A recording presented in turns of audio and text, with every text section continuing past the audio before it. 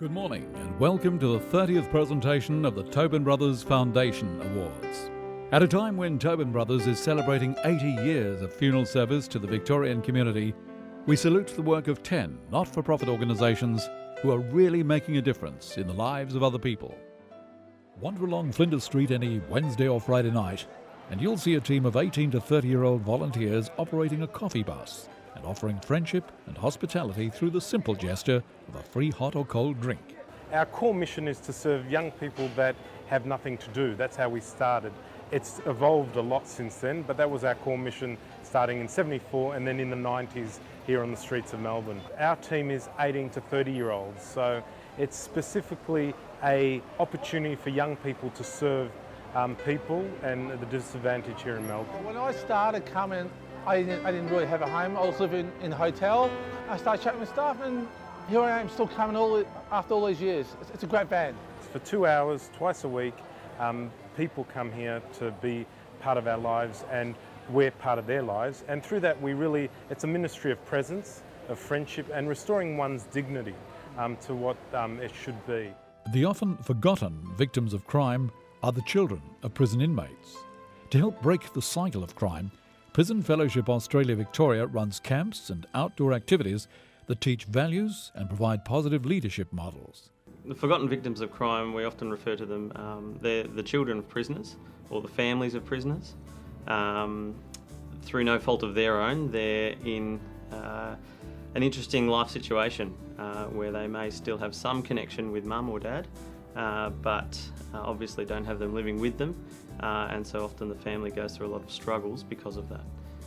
And so there's approximately 4,000 of those children in Victoria, and obviously a larger amount Australia-wide. Estimates we have are a child of a prisoner is about 6 times more likely to end up in prison themselves than the child that they sit next to in the classroom. And so there's a significant environmental and generational cycle, if you like, that exists there for these kids. Yeah, we started a program which we call Extraordinary Lives about 9 years ago now, and we launched off with a camp for kids who are in this situation, with one or both parents in prison. And then we branched into mentoring, trying to provide not just a one-off highlight experience, if you like, but provide some community volunteers who would walk next to and alongside these children and not necessarily replace a parent, but certainly be a stable person that they could talk to as they got older. They could talk about life experiences or choices that they needed to make, subjects to what they choose at school, do I drop out of school or not, I suppose those kinds of significant life choices and decisions that these young people are facing. Well, at first, many people questioned what place a clown had in a hospital. These days, the question these people with red noses and funny faces hear most often is, why can't you be here more often? This is testament to the great work being done by the Humour Foundation, an Australian charity dedicated to promoting and delivering the health benefits of humour. That wasn't the plan at all. Well, in the simplest term, we parody the hospital system to basically bring laughter into a fairly grim place. So we dress up, obviously doctors don't wear white coats anymore, but the shtick is we have a stethoscope, we have medical equipment, and we go around and basically we talk to everyone in the hospital. Of course we focus on the kids, but we muck around with the staff, the parents, the doctors, the cleaners. We basically try and bring a bit of cheer and lightness to the whole world in here.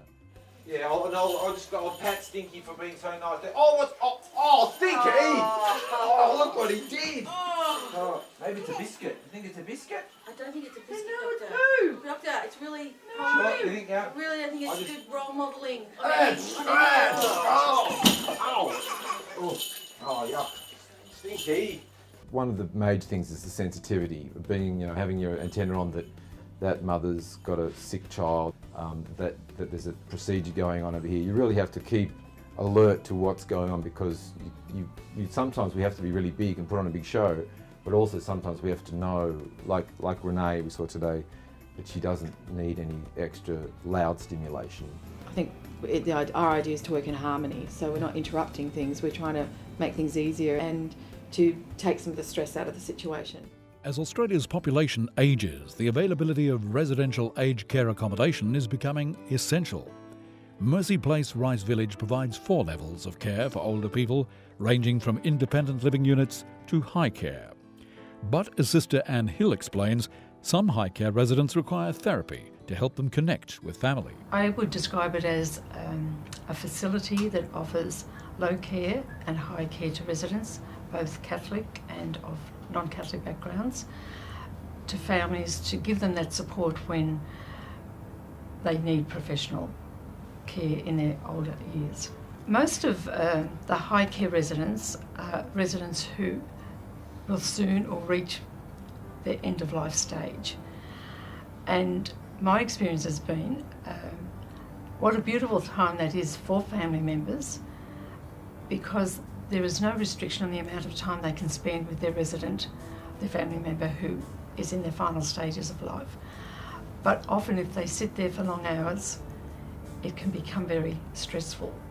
So the introduction of a music therapy allows something like the Reverie Hub for family members to sit there in the quiet of the night, the quiet of the day, and just use that music to gently accompany their loved one on that journey. BaptCare is an organisation that operates 8 aged care homes across Victoria and Tasmania. Within these homes, BaptCare provides 24-hour care, nursing assessment, socially interactive and therapeutic activity programs, together with emotional and spiritual support. At the moment, we've hired a Greek staff member to look after our Greek-specific group that BaptCare South Haven run now. They get to meet, form friendships, look forward to coming. We take them on group outings, and we have some people that are coming here 5 days a week. The family are very happy, and they're happy knowing that their family members got something to do and they're not sitting at home lonely. Young people with disabilities, and in particular their families, have found a real friend in Melbourne's northern suburbs. Christine SPIRASON says the services being offered by Interchange Northern Regions are critical to the well-being of its clients. Our vision is to have the best outcomes for the young person with disability and their carers. And the best outcome for a young person with disability is for them to feel very much a part of the community, very much valued as a person, and very importantly, able to contribute. And so through the Young Champions program, they contribute to their family having a holiday. The Young Champions Award has grown out of what we called our summer holiday program, where we would get funds from trusts and foundations like the Tobin Brothers, and we would arrange for a summer holiday for the family, and that was either free for them, of course. And because the emphasis these days is an active service model of care, which focuses on the young person with disability and their opportunities to make decisions for themselves. So we've adapted and developed our summer holiday program into the Young Champions program, where the focus of this holiday is on the young person and their interests and their needs. Financial advocacy. A hand up, not a handout.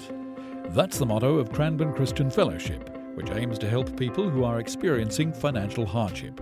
So the services that we provide, a trolley of food, which is, it's got dairy, fresh bread, fruit and veggies, as well as the, the long life sort of products. So a whole trolley of food.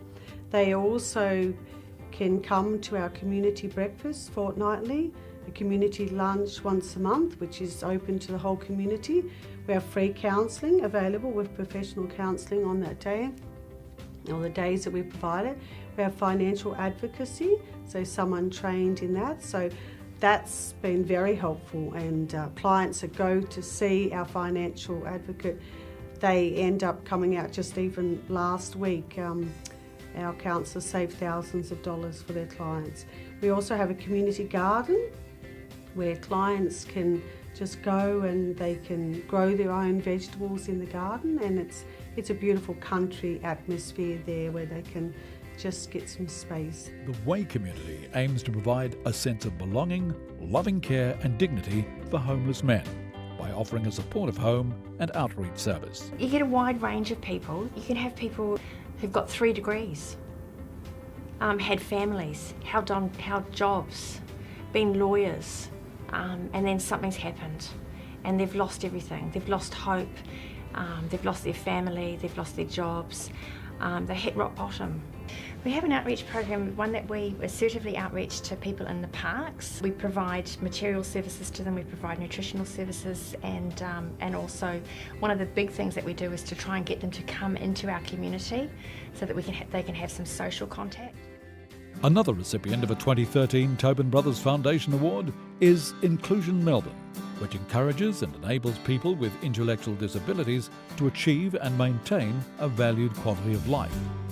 Daniel LEIGHTON says this is achieved by supporting people to create highly individualised and flexible lifestyles.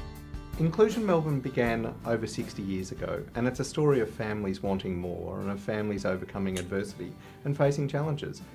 Inclusion Melbourne began as what we would now call a special needs playgroup. It began with a group of families who placed an ad in the Argus newspaper and who called for other families who had young children, this is the time of the baby boom, shortly after the war, and who were told by doctors that their children wouldn't amount to anything and wanted to place them into institutions.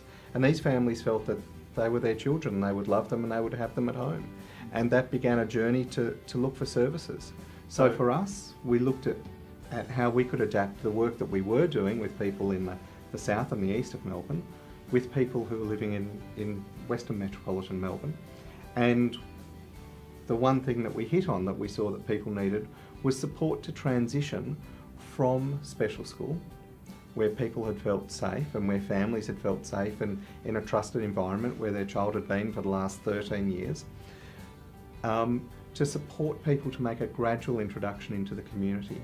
You know, placing an 18 or a 19-year-old person with an intellectual disability into the community is a scary thing for many parents. You know, they feel that their son or daughter mightn't be ready and they mightn't have some of the skills, but they're also concerned about how their son or daughter will be received by the community. So for us, we looked at setting up a program which we've called Discovery, where we utilise a TAFE certificate framework to provide education as the backbone of being able to then begin to enter into the community. Personal grooming can often be the key to a successful job interview and ultimately financial independence. And for the past 5 years, Dress for Success Mornington has been offering a free clothing and support service to almost 3,000 women and school leavers, helping them to build their job readiness and interview skills and providing them with appropriate yet stylish professional outfits they're able to keep. A group of professional women, mainly retired, saw that there was a real need in the area to help disadvantaged unemployed women. So these women saw that one of the needs of these unemployed ladies was lack of confidence, lack of money, lack of access to decent clothing to wear to interviews, and a sort of a personal support network to help them feel special and to help them understand that they had something to offer, because a lot of these people haven't been in work perhaps ever or for a long time, or come from families that have had no employment history. We'll help you prepare for your interviews by helping you dress so that you're appropriately dressed. Some people come wanting only to wear black and pants, and they don't actually see the potential in themselves either. So we have personalised dresses. Our volunteers are trained to help ladies select something that's going to be really good for them, right colours, right shape, right style. So we transform the way these women look. So they come out feeling, as one lady you might see in the background, feeling like princesses, you know, they feel lady for the day. But then on top of that, we want them to understand the interview techniques that might help them present to the best of their ability. The money from this grant will assist us by giving us peace of mind for a starter. We've had a couple of situations where we've had lots of burn holes in blankets, and we need to buy blankets that are relatively fireproof so that we can have peace of mind and people can sleep knowing that they're not at risk. So we're going to get the barbecue gassed in and get some iPads. So The clients will be able to use it to get on Facebook to see grandchildren overseas. They'll be able to use it to read the news.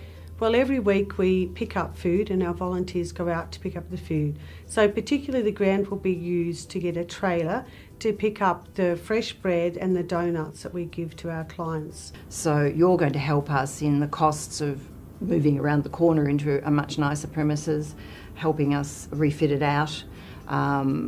We're going to have to buy some new equipment so that it'll fit in. So that will go a long way to making this beautiful boutique look even more beautiful. Thank you. What we're really thankful for this gift, though, is that we'll have the funds to be able to purchase copies of a particular piece of software called LEGGOE to Go, which actually supports and encourages people who don't have any verbal communication, who can't speak, to be able to express themselves. It's quite significant to be able to receive that funding, to know that we can go on providing these gifts, we can go on providing these mentoring weekends away, or these camps that we provide, to be able to see these kids' lives changed. We're extremely grateful to Tobin Brothers, and in aged care today, resources are very limited, and you know, I thought this was a great opportunity to apply, and certainly from Mercy Place in Rice Village, we want to express our gratitude to Tobin Brothers for this opportunity. So the money given to us by Tobin Brothers has been allocated for our new van, which is, I've never been so excited about getting something new in my life. It's really an exciting thing for us, for the first time since 1990, of having a brand new van that works reliably and hopefully will cost less to run as well, because our other one that was donated to us was starting to cost us a fortune to run, as you would imagine. And there they are, ladies and gentlemen, the 10 very worthy recipients of the 2013 Tobin Brothers Foundation Awards.